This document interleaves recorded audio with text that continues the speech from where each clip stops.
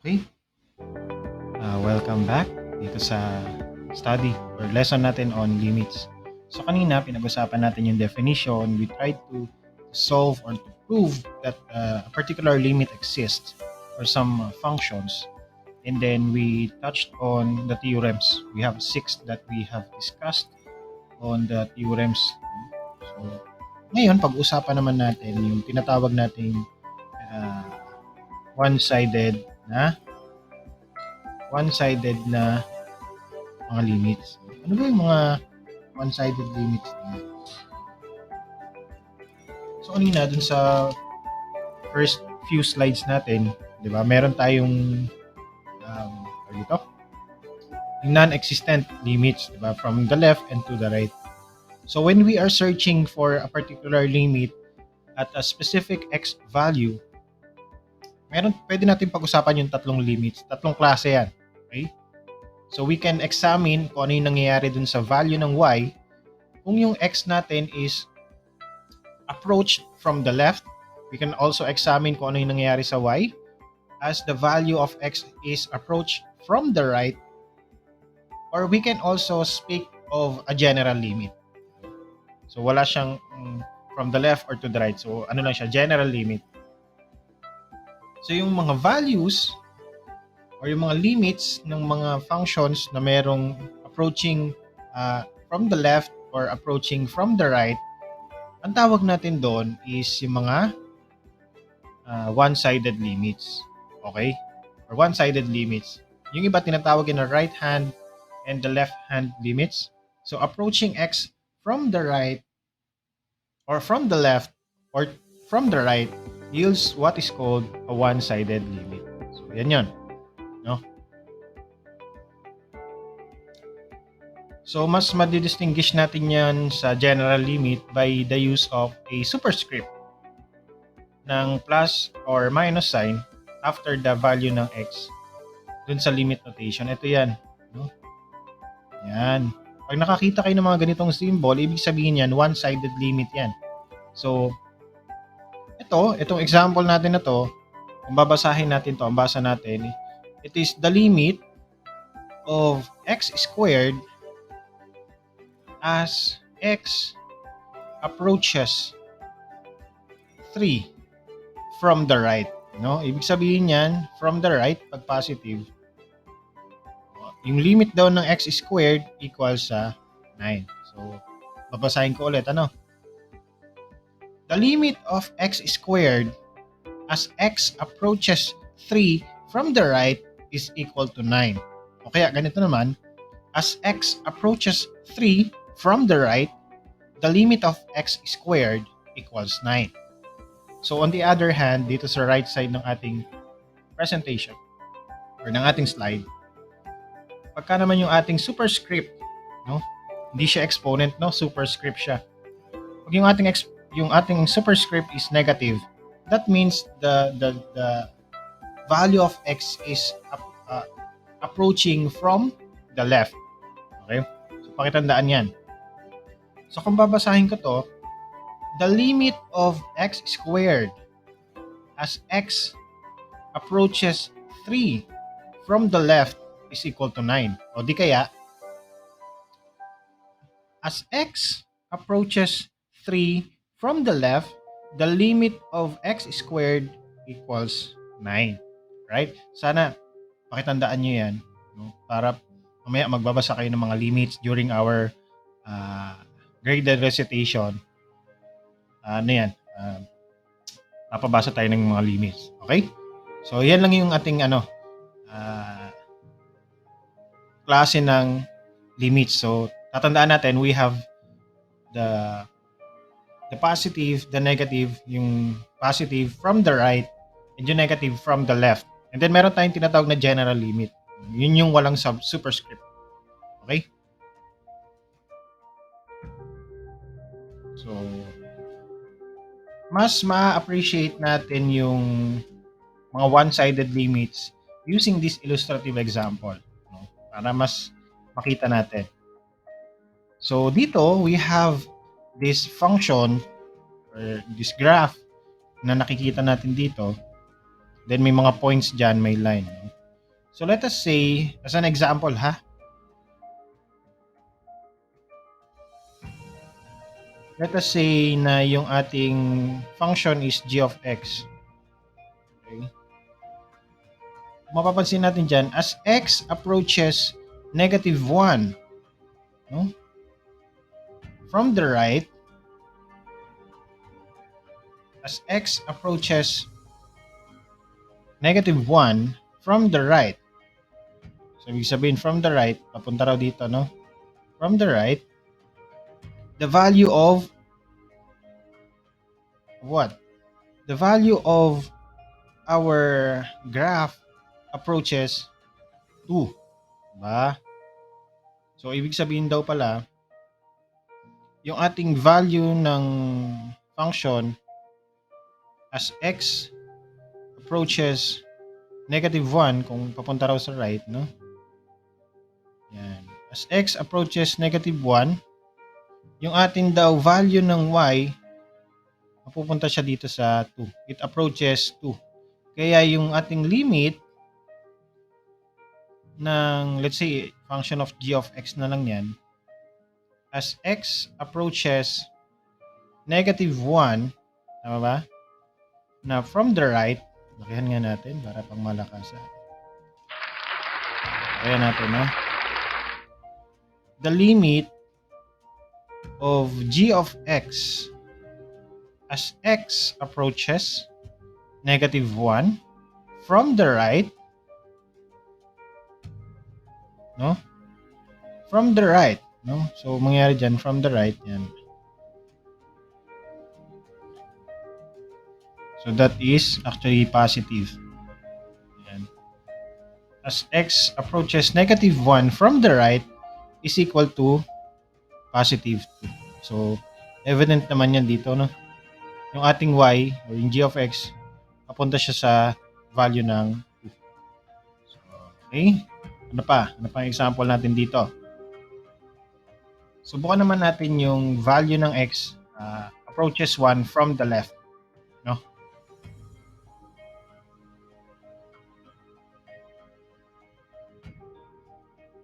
So, itong isa na to, ito naman, no?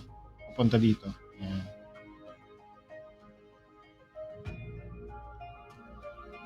So, ang sabi natin, the limit of g of x as x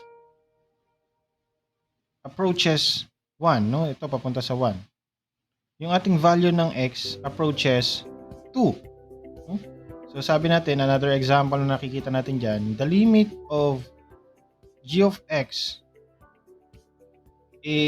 as x approaches 1 from the left, no? Pangit ng sulat ko, is equal to 2 ulit. No? Dahil dito sa graph, no? Kahit that is true, kahit pa alam natin na ang value ng g of 1 is 4, no? So, ibig sabihin ng that dyan, yun yung inabot siya, pero ito not included pagka ganito. Kahit pa yung value ng g of 1 is equal to 4, yun pa rin yung ating limit, no? Ang gusto nating i-point out dito is that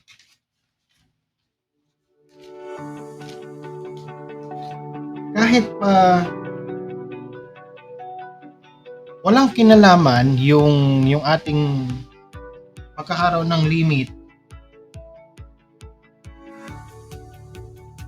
walang kinalaman yan dun sa value ng function pag in-apply natin, no?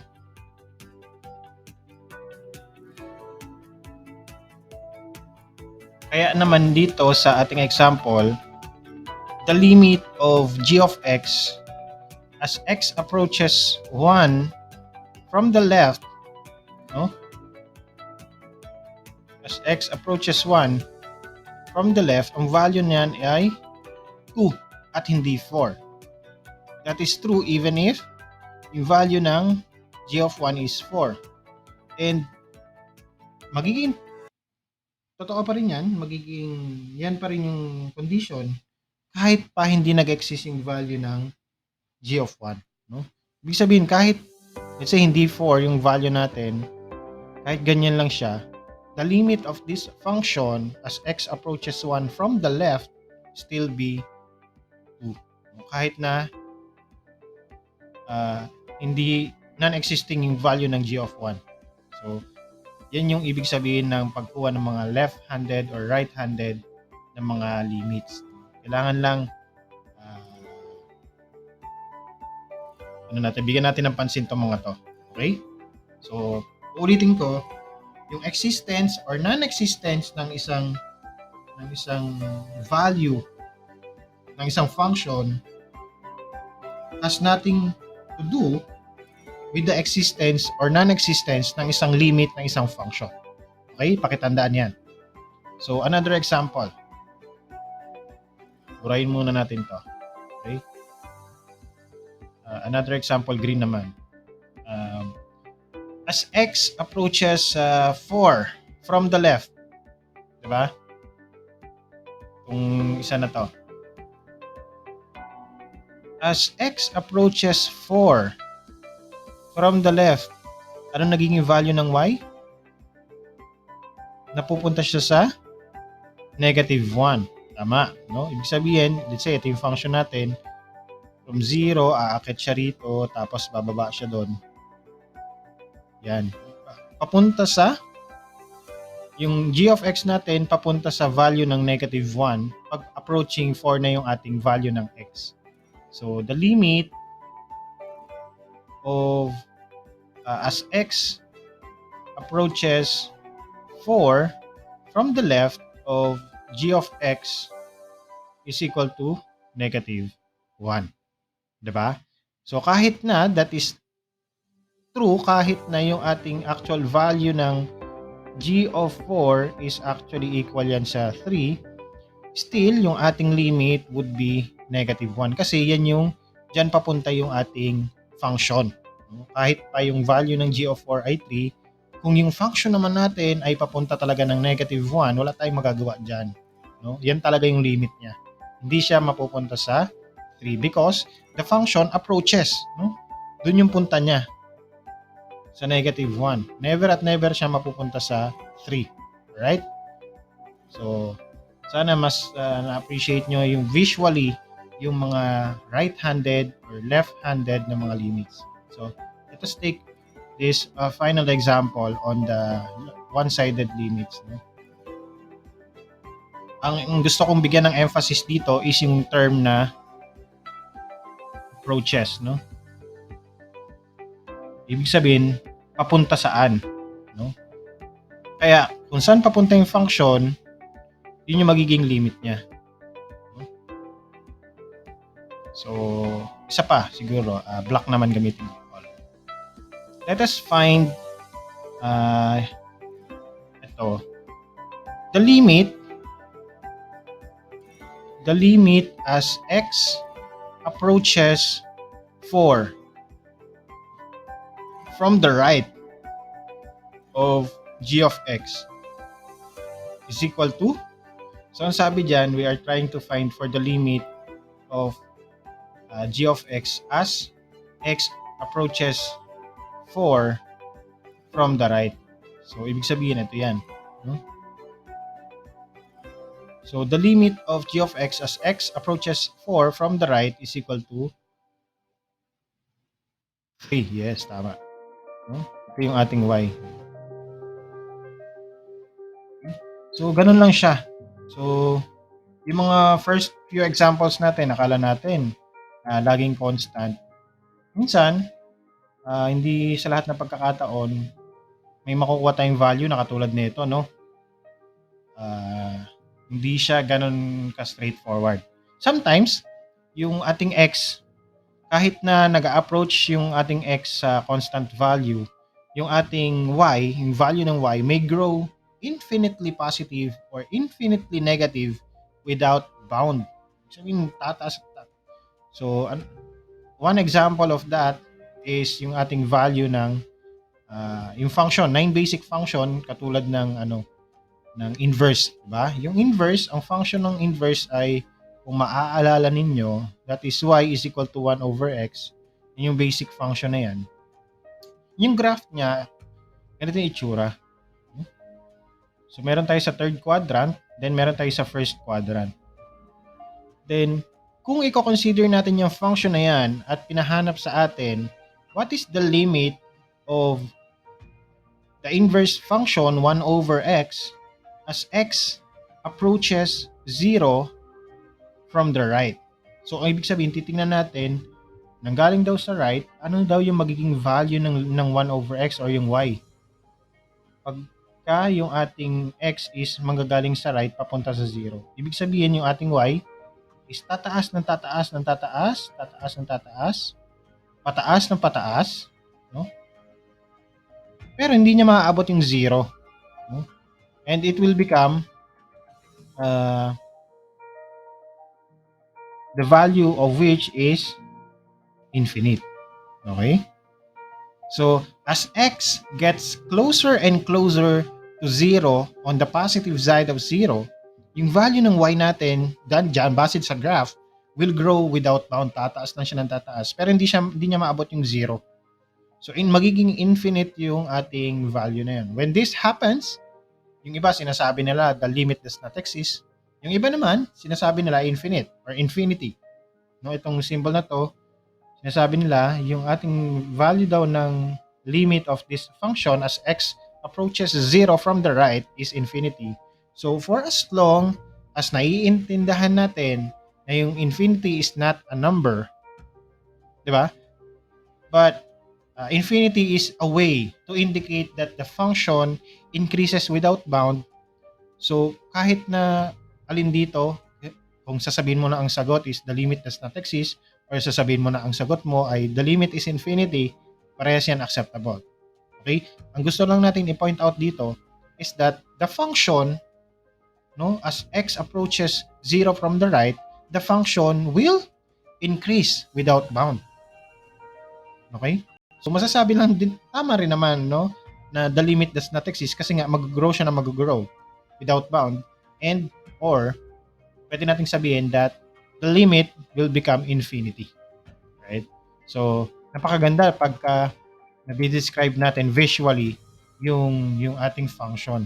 Kaya naman, sa prerequisite skill, it is a must for you to go back doon sa 9 basic functions. Balikan ninyo yung presentation na yon. Dig deeper kung ano yung mga limits as x approaches ganito, ganyan. Balikan ninyo and then try to internalize kung gaano kaganda yung presentation about the 9 basic functions and their behaviors. Kung kabisado nyo yung itsura ng mga 9 basic functions, might as well na makakabisado nyo yung behavior when a particular independent variable goes to a particular value. Okay? At ito yung concept ng limits. Di ba? Ano pa?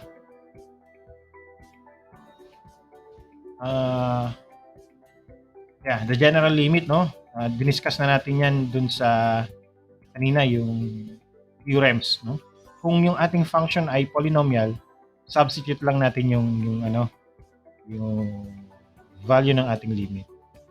We also have this, what we call the general limit, or a limit at a point. The general limit, or simply limit, is or a function as x approaches a given value is defined using one-sided limits. The limit will exist if and only if the left and the right-sided limits are equal. So kanina, balikan siguro natin, no? Pwede naman siguro natin balikan yung video. Yan. Ibig sabihin natin dun sa general limit, it will only exist in general limit if and only if yung ating left hand na limit and the right hand limit are equal. Kung nag-meet sila sa isang point, general limit ang tawag natin doon, no? So wala tayong pakialam kung saan manggagaling yung ating x or saan manggagaling yung ating independent variable or as long as isa lang yung value na pupuntahan niya. Ang tawag natin doon is it is the general limit. Diba? So, balik na tayo ulit.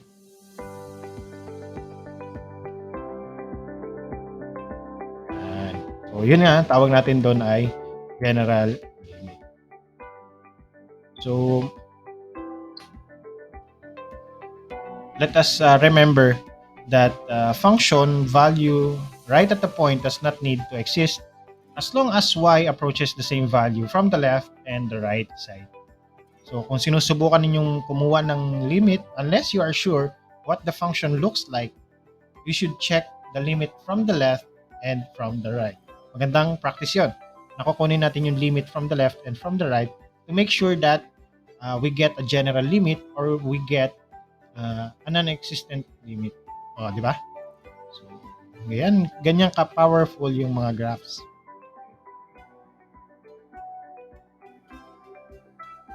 We have here 4 ways to determine a limit. First, we have the graphical method. The graphical limits, yun yung ginawa natin kanina. Katulad ng example na to, sample natin, no? Sample lang natin. Let us try to find the limit as x approaches 0. Siguro 0 na lang. 0 from the left ng f of x. So, ano ang yan? So, kung from the left, magagaling dito yung x natin, so punta siya dyan. Ano mangyayari sa y? Yung y natin will increase without bound. So, pupunta yan sa infinity. Di ba? Yan. So, kasi yung pag less than 0 pala yung ating function, nagiging inverse siya. Pero pag more than 0 na siya, linear. Ganyan yung itsura ng graph na to eh. So, titignan natin maigi. Okay? Then sa right hand naman, the limit of the limit of the function as x approaches 0 from the right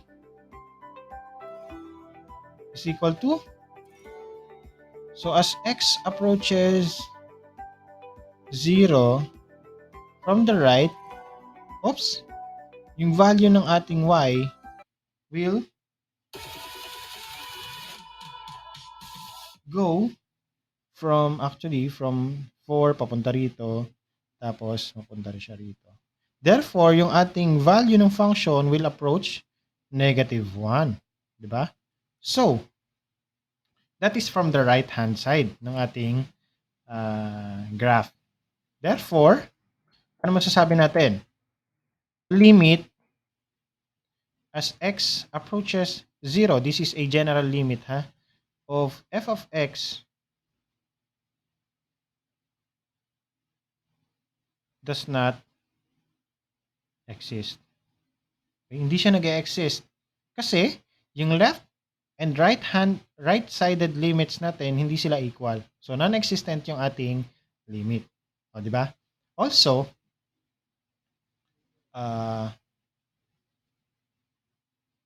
subukan natin tong limit of the function as x approaches 2. O, di ba? Sige. Subukan natin Ano ibig sabihin yan?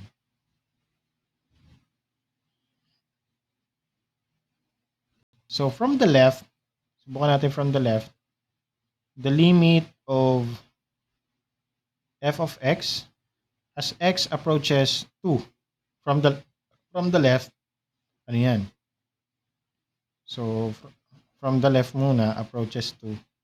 Yung ating value is actually magiging 3, di ba? Yung value ng y, magiging 3 yan.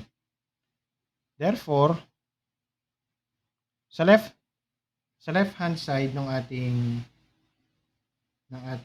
graph, yung value ng limit of the function as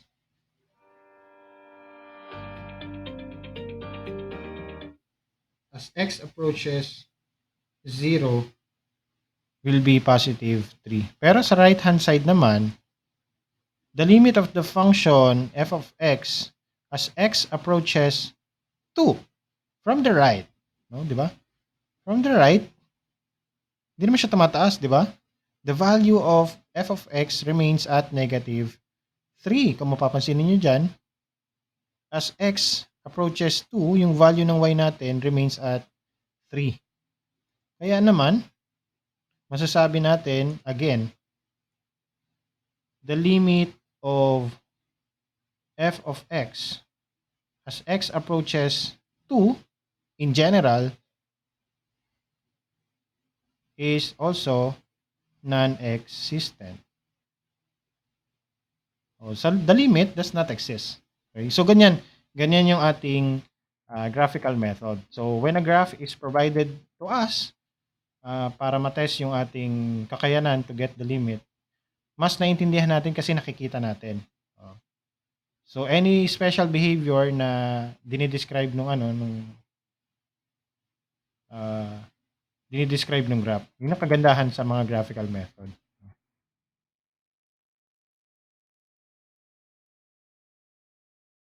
Kung meron kayong mga graphing calculator, maganda rin, di ba? And then meron mga calculators ngayon na meron ng kumukuha ng limit. Kaya maganda rin 'yun. Okay?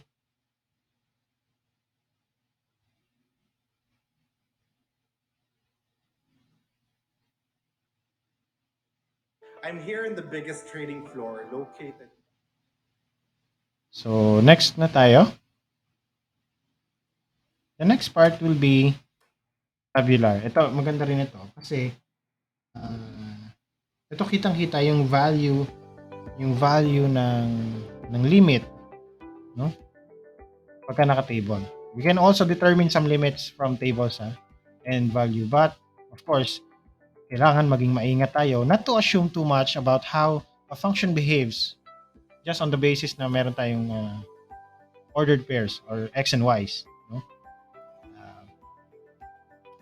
Kasi depende yan sa the context ng problem. Okay? So, sige. Tignan natin. Tabular, ayan. We have here a table. Let us examine these ordered pairs. We can say that the value of the function h of x, kapag tinataasan natin yung value ng x from 0 papunta ng 1, yung value ng h of x approaches 5, di ba? Pero pag binababaan na natin, so pag nanggaling naman tayo sa right, binabawasan naman natin, the value of x nababawasan din papunta sa 5. So, by judging on this basis, masasabi natin, pwede nating sabihin na yung ating limit, sample lang naman to, no? Base dyan sa nakikita ko, the limit of h of x, ito yan, no? As x approaches 1 is equal to 5. Is that correct? Pwede ba natin isagot yung 5? Kasi nakikita natin na as x approaches 1 from the right and from the left, di ba? The value seems to be approaching 5. Tatandaan lang natin na though we cannot tell what values of h of x actually takes on, kung gano'n yung kalapit sa 1, walang certainty, there is no certainty what the limit actually is, and wala ring certainty even if it exists. But 5 is a reasonable assumption. Kaya ingat lang tayo dyan. Kasi maging alerto tayo. Kasi maraming mga pagkakataon that kahit na i-substitute natin yung value dun sa function, may mga makukuha tayo na katulad nito. Yung mga value ng 0 over 0. Di ba? Anong klaseng limit yan? No? So, we cannot assume that this value is either 1 or 0. Kasi pwede tayong magkamali. Yan yung kalimitang mistake ng mga students when working with limits. When you encounter a limit in the form of 0/0, kailangan magbago tayo ng method such as analytical, uh, numerical, para mas makita natin, explore natin kung bakit siya nagiging 0/0. Okay? So, well anyway, may mga functions na pwede nating i-solve tabular, no? Ah, Maganda ring way 'yan na tinetest ninyo yung function, yung ordered pairs ng mga function. Kasi meron kayong graph, meron kayong tabular, mas makikita natin yung limits or yung limit ng isang general or ng isang function. Okay? So next, we can also determine a limit numerically. Kasi sometimes when we do not have a table or we cannot visualize a graph, kung ano yung tsura ng isang function, yung numerical approach, napaka-valid na method yan in determining a limit. So, in situations na ganito, na wala tayong table at wala tayong graph, uh, nagsasubstitute tayo ng mga numero na close, very, very close dun sa ating numbering question. Okay? So, sample lang natin yan. Para makakreate tayo ng table, Then, pag nakakreate tayo ng table, nakaka-create na rin tayo ng pattern na from the left or from the right.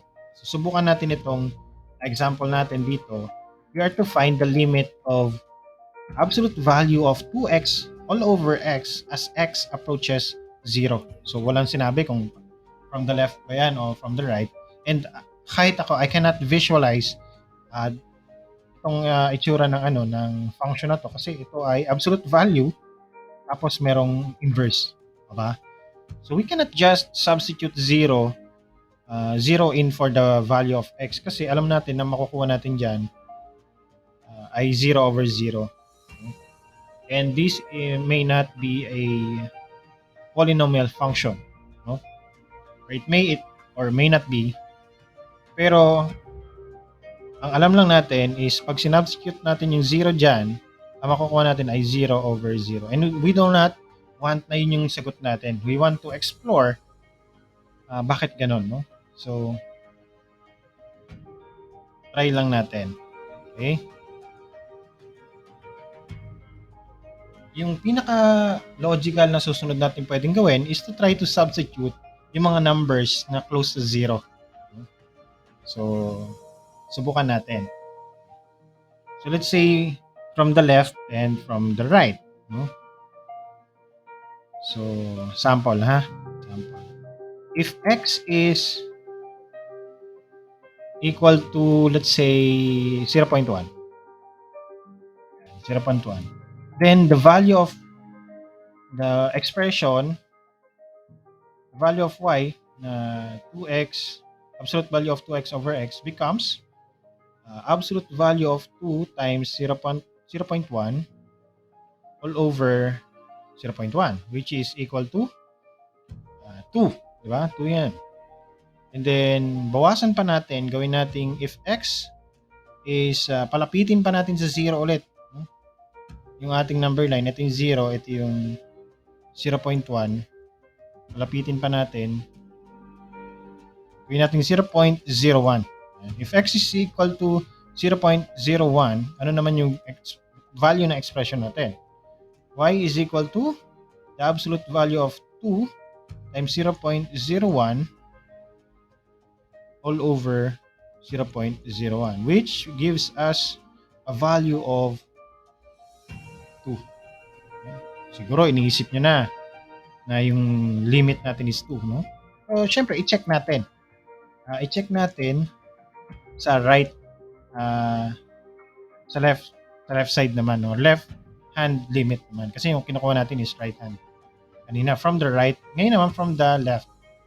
Subukan natin yan sa 0.1 na negative, tapos negative 0.01.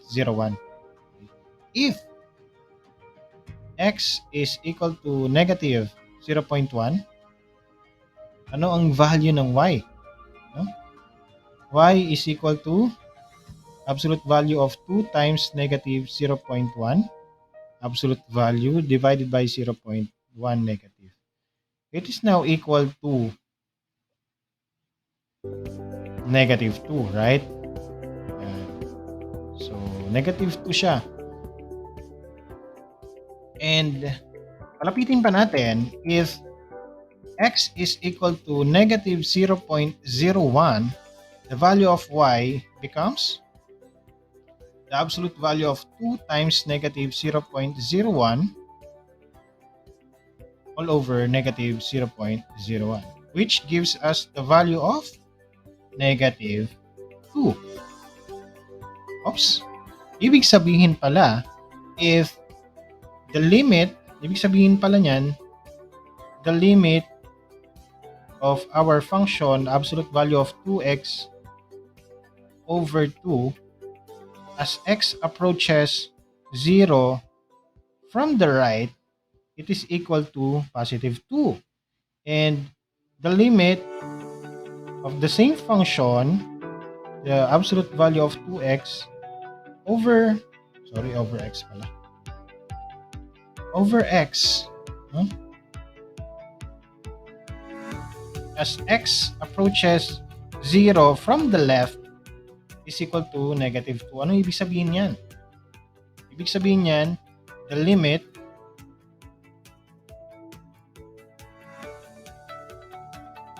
does not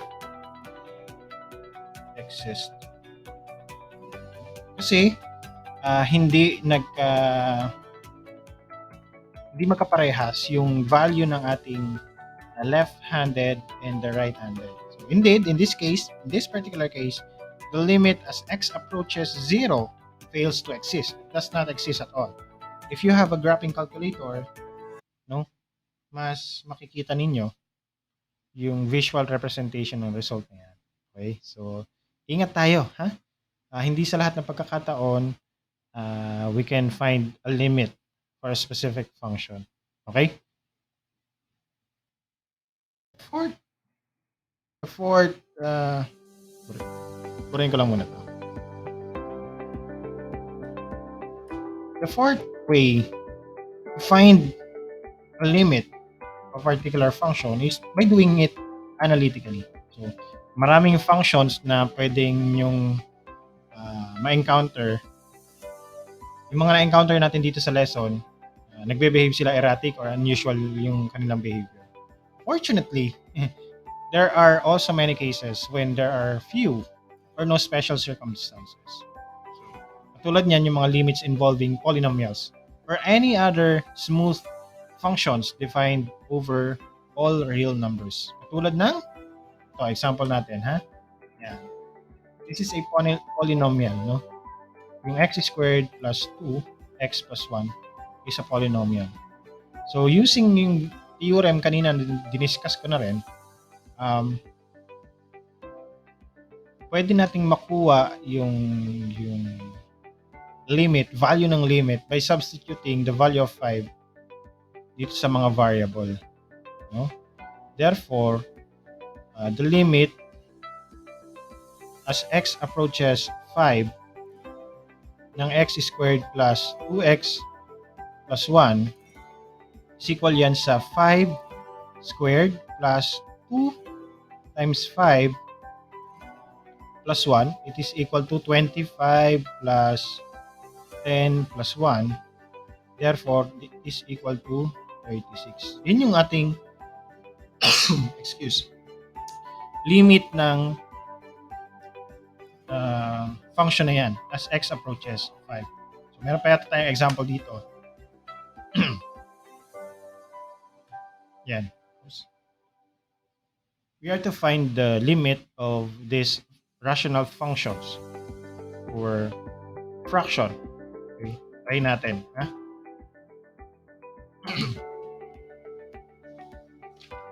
So, this is a quotient, no? Hindi ako nagkakamali.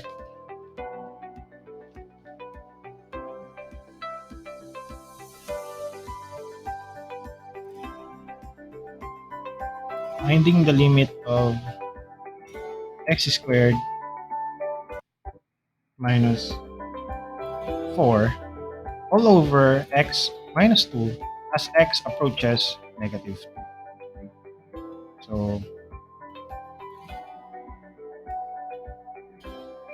kung mapapansin natin, actually, analytically, we can actually simplify yung ating, kasi pag sinubstitute natin yung 2 dyan, anong magiging sagot natin? That is actually 2 squared minus 4 over 2 minus 2, which gives us 0 over 0. So, ayaw natin yan. Let's try to explore, no? We can also rewrite this expression as x minus 2, then x plus 2. So, finactor out ko, gumamit ako ng factoring sa numerator, divided by quantity x minus 2. So, ganyan siya, no?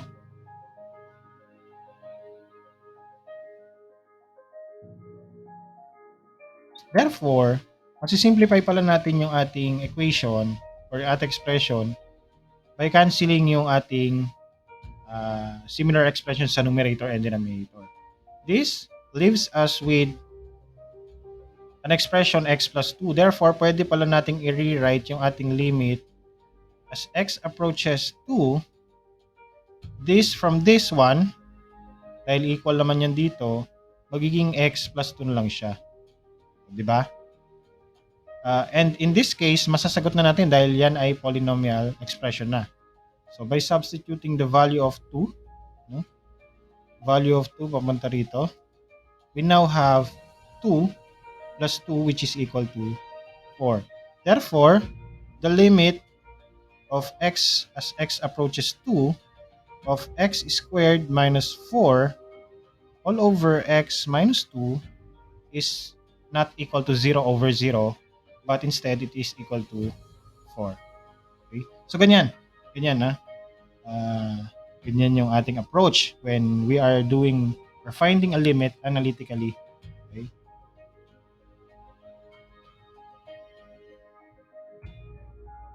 So, ayun.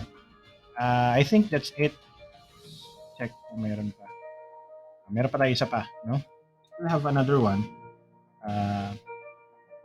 That's it for this part of the presentation.